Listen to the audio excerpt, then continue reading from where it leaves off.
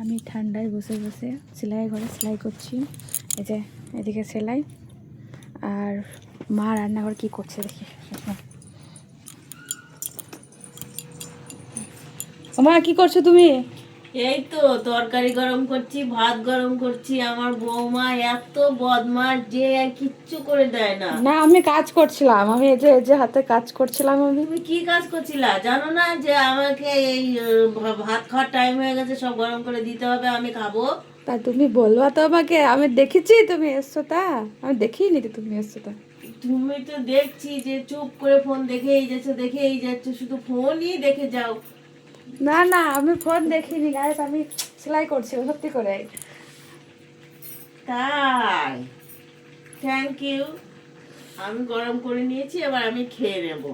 তুমি ঠিক আছে। খাবে? না, আমি খাবো না, আমি কাজ করে নিয়ে খাচ্ছি।